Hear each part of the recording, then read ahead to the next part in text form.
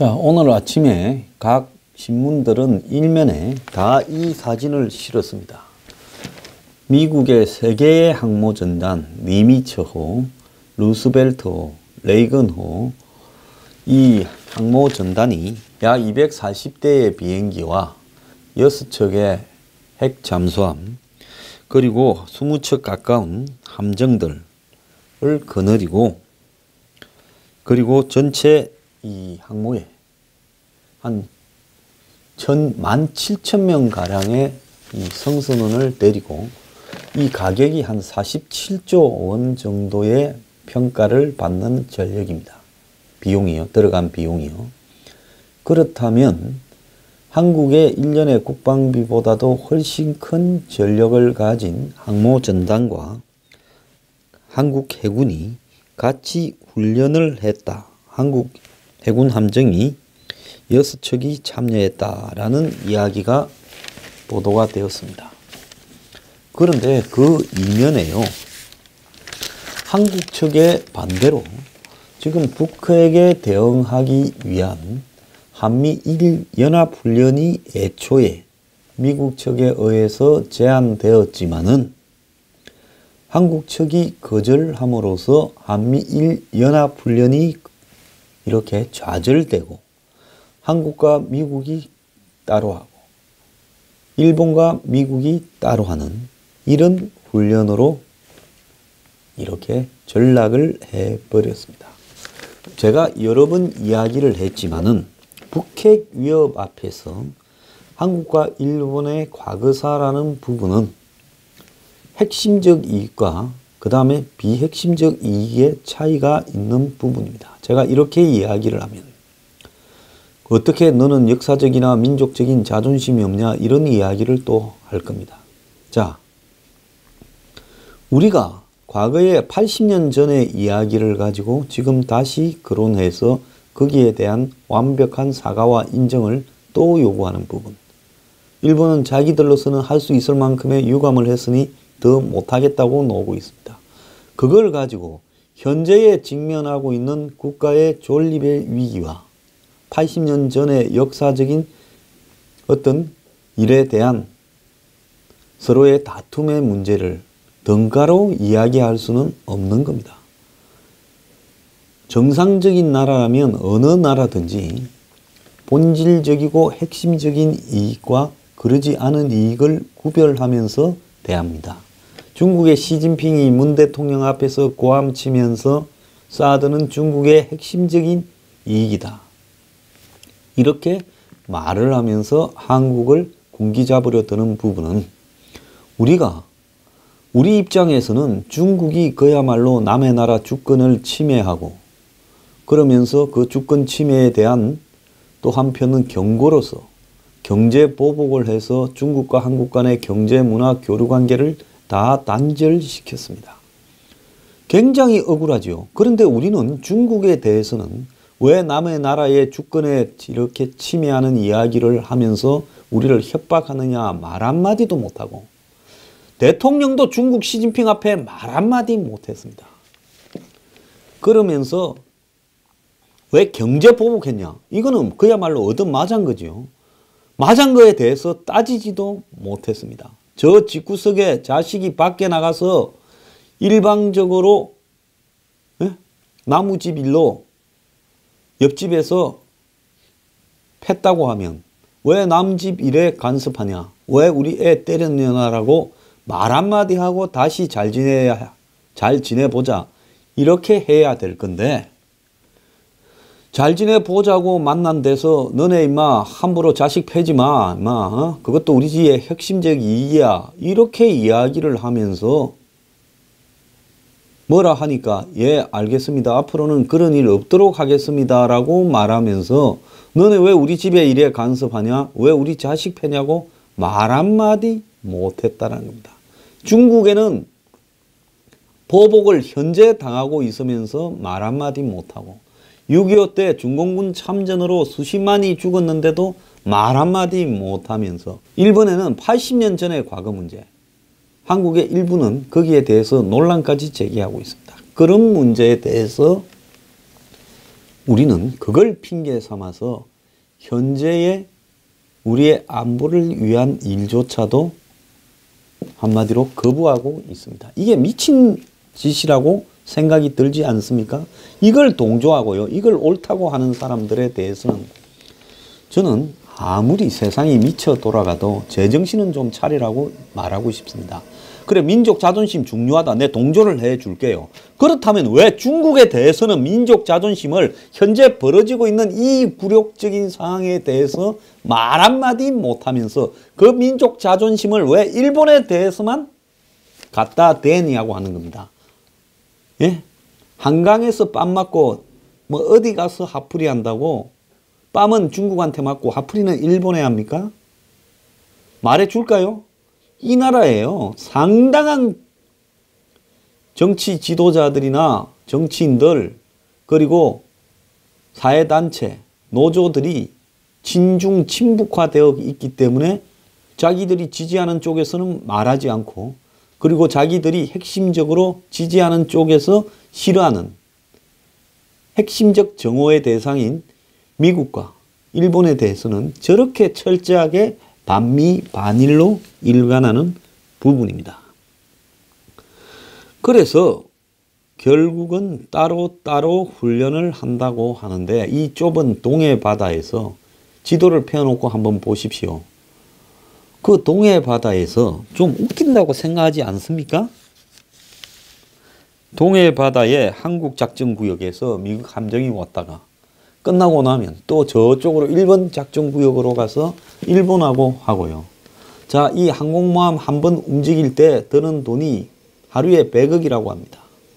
이런 첨단 무기들을 갖다 놓고 여기서 하고 저기서 하고 거기 있는 미국 장병들 같은 경우에 이 뭔 짓거리를 하고 자빠졌느냐. 자, 북한이 미사일을 쏘고 남침을 해서 전쟁이 나도 한국은 미국군하고 따로 가다가 또 일본군하고 작전할 때는 너네끼리 싸우고 있어라. 우리는 일본군하고 또 작전 좀 할게. 그렇게 전쟁이 나도 미국 배는 둘로 쪼개서 하나는 일본군에 붙이고 하나는 한국군에 붙일 건지 그때도 그것 따지고 앉았을 건지를 저는 묻고 싶습니다. 자, 중국하고도요. 군사 교류를 하는 나라에서 일본군하고 이 훈련을 하는 부분 그것도 중국을 겨냥한 것도 아니고 북한을 겨냥해서 훈련을 하는 부분을 자 2007년 괌에서 이렇게 훈련한 이후 항공모함 3개가 뜬 것은 처음이라고 하는데 이걸 따로따로 하고 있다라는 겁니다. 지난번에 트럼프 대통령이 11월 7일 한국에 왔을 때 공동 합의문을 통해서 핵미사일 위협에 대응해서 한미일 간의 안보 협력을 강화시켜 간다고 발표를 해놓고는 그 다음날 미국 측이 제안한 문제에 대해서 한미일 공동 해상훈련에 대해서 한국이 반대를 했습니다. 자, 대북 압박을 하기 위한 한미일 해군 합동훈련에 중국을 의식해서 북한을 자극하지 않으려고 따로 훈련을 하는 이 사람들을 우리가 정상이라고 해석을 해야 됩니까?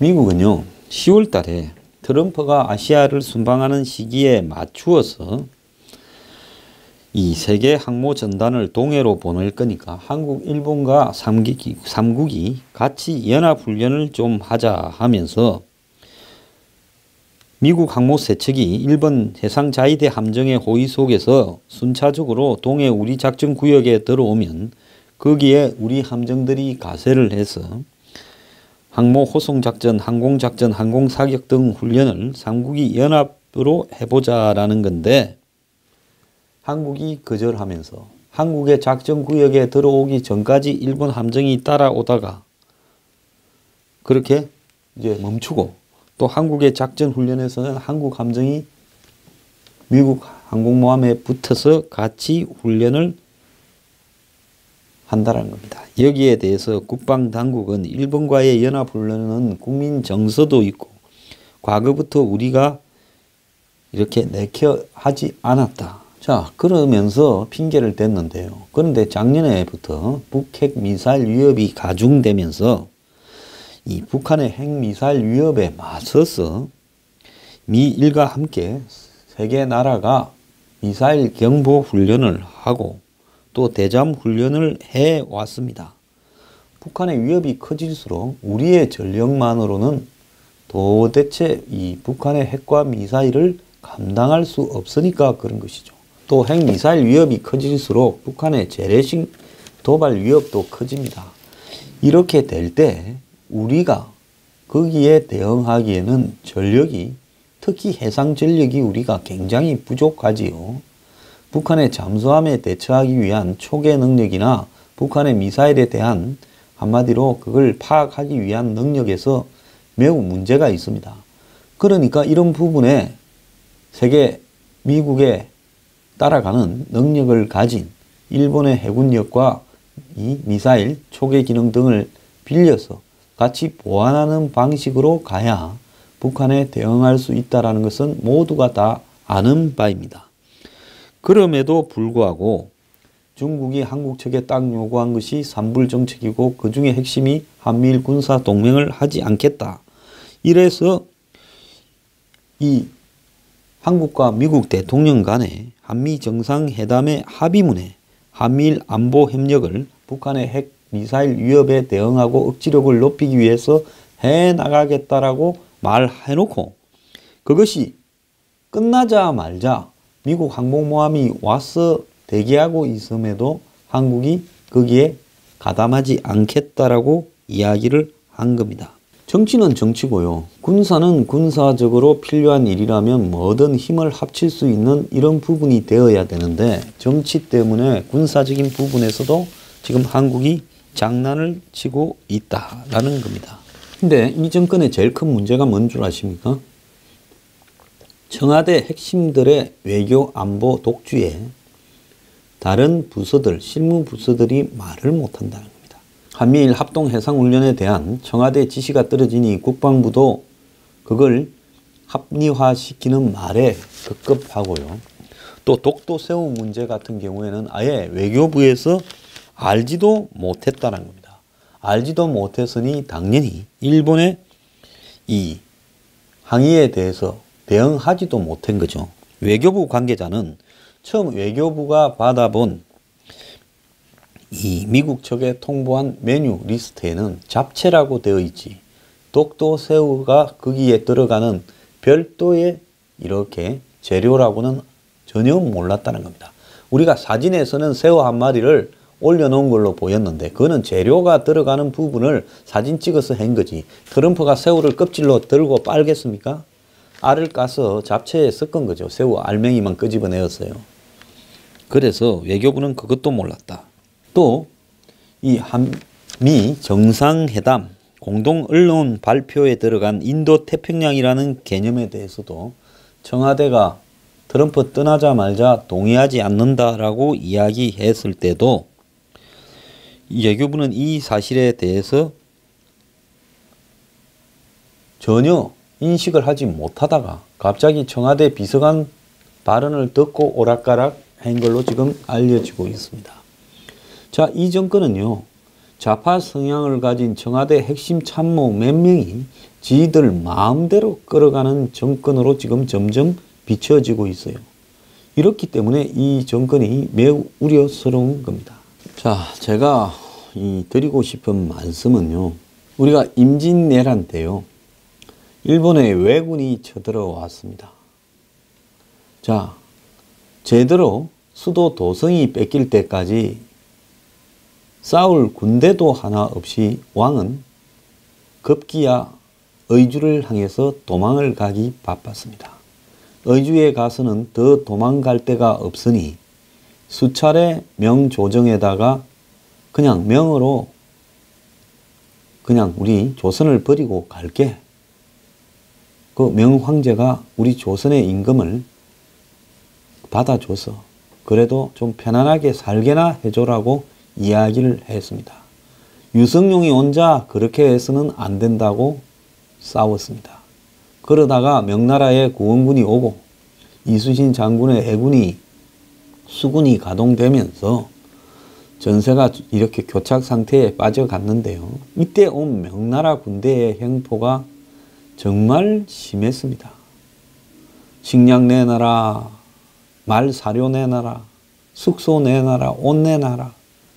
그 전쟁터에 국가의 재정이 거들나 있음에도 불구하고 그걸 갖다 조달하기 위해서 얼마나 굴욕적인 일을 겪었는지 모릅니다. 유성룡이 그 뒤처리를 다 했습니다. 나라가 아닌 나라를 지킨다고 온갖 굴욕을 참으면서요. 그래도 명군이 와서 지상에서 일본 군들을 격퇴하기 시작을 했습니다. 아무리 수군 이순신이 바다에서 잘 싸운다 하더라도요. 일본에서 한국으로 들어오는 군대를 전체적으로 막을 수는 없었고요. 주로 이제 경남, 전남 앞바다에서 싸웠지 한일 해협에서 싸우지는 않았지 않습니까? 그 다음에 육지에서 나중에 이제 정유재란이 일어날 때까지 이제 성을 또아리를 틀고 이렇게 머물고 있는 일본 군들을 한국을 점령한 채 쫓아내려 그러면 그럼 육군이 싸울 수밖에 없습니다. 지금도 아무리 전쟁이 첨단화되어도 마지막에는 육군 보병이 가서 점령해야 되지 않습니까? 그래서 그 명나라 군대의 굴욕을 견디면서도 결국 일본군을 몰아내는데 일조가 되었죠. 명나라 군대가 없었으면 일본군을 육지에서 몰아내지 못했고 일본군이 지발로 떠날 때까지 기다렸어야 될 거라고 봅니다. 자, 이게 사실이에요. 명나라 더러워요. 그래도 그 굴욕을 견디면서 어쨌거나 일본군 몰아내기 위해서 참았습니다. 그러면 일본군과 관련해서 우리가 정서적으로 불쾌하거나 또 일본 자위대에 어떤 거부감이 있다 하더라도 더러워도 참아야 될 때는 참아야 되는 겁니다. 더러운 일 안 겪으려면 잘 하든가 안 그러면 현실이 이렇다는 것을 인정을 한다면 더러운 일을 감내를 해야지요. 자, 그런데 지금 일본이 우리하고 합동 군사훈련을 한다고 무슨 과거 명나라처럼 우리나라에 더럽게 하는 것도 아닙니다. 어쨌든 일본이나 미국은 한국과 일이 과거사는 좀 접어두고 잘 지냈으면 좋겠다라는 걸 숱하게 이야기를 해왔어요. 이명박 5년, 박근혜 4년간에 가장 잘못한 것이 한일 문제에 대해서 완벽하게 매듭짓지 못한 부분입니다. 자, 그런데 이제 정권이 바뀌니까 노골적인 반일을 하고 있는데 반일의 핵심적인 이유는 한미일 삼각동맹이 깨지게 만들기 위해서 가장 약한 고리가 한일 간의 문제니까 한일 문제를 끄집어내어서 한미일 동맹이 되지 않도록 치는 한국의 친북, 친중, 종북 세력의 핵심적인 어떤 전략입니다. 항상 상대의 약한 고리를 쳐라. 어디가 약하냐? 한일 간의 과거사라는 고리가 제일 약하니까 그걸 치면 한일 간의 군사훈련도 하지 못한다라는 부분입니다. 자, 지금 이 시대에서 일본이 한국을 침략할 가능성은 없습니다. 전혀 없습니다. 지금 이 시대에서 중국이 한국을 자신의 영향력으로 넣으려고 하는 가능성은 큽니다. 지금 북한은 자신이 가진 핵과 주한미군의 철수를 등가, 즉 같은 가격으로 치고 있다라고 중국 측에서는 노골적으로 이야기를 하고 있습니다. 등가 교환이라고 하면 같은 가격으로 서로 주고받는다. 즉 북한의 핵을 가지고 주한미군을 철수시키는 데 쓰겠다라는 겁니다. 그 부분을 막기 위해서 같이 훈련을 하는 부분에 불참을 하면서 일본 핑계를 대는 한국 정권. 저는 그야말로 망해가고 있는 과거의 조선의 선조와 현 문재인 정권이 뭐가 다른가 묻고 싶습니다.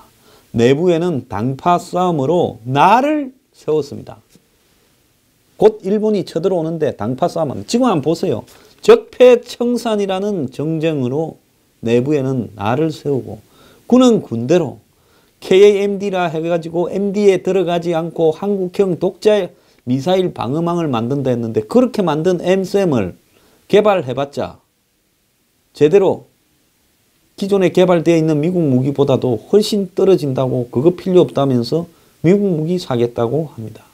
그러면 자기들이 하겠다라는 방어망, 즉 조선의 각 성들이나 외구의 침략을 막기 위해서 만들었던 방어망이 일본이 쳐들어오니까 한 방에 다 뚫린 것처럼 지금 이 정권은 그런 허술한 방어망을 가지고 있으면서도 나라를 지킬 수 있다고 큰 소리를 뻥뻥 치면서 적국에 조공을 바치면서 평화를 구걸하려 하고 있습니다. 자, 이것이 문재인 정권입니다. 이런 짓거리 하다가요, 뒤통수 미국한테 맞습니다.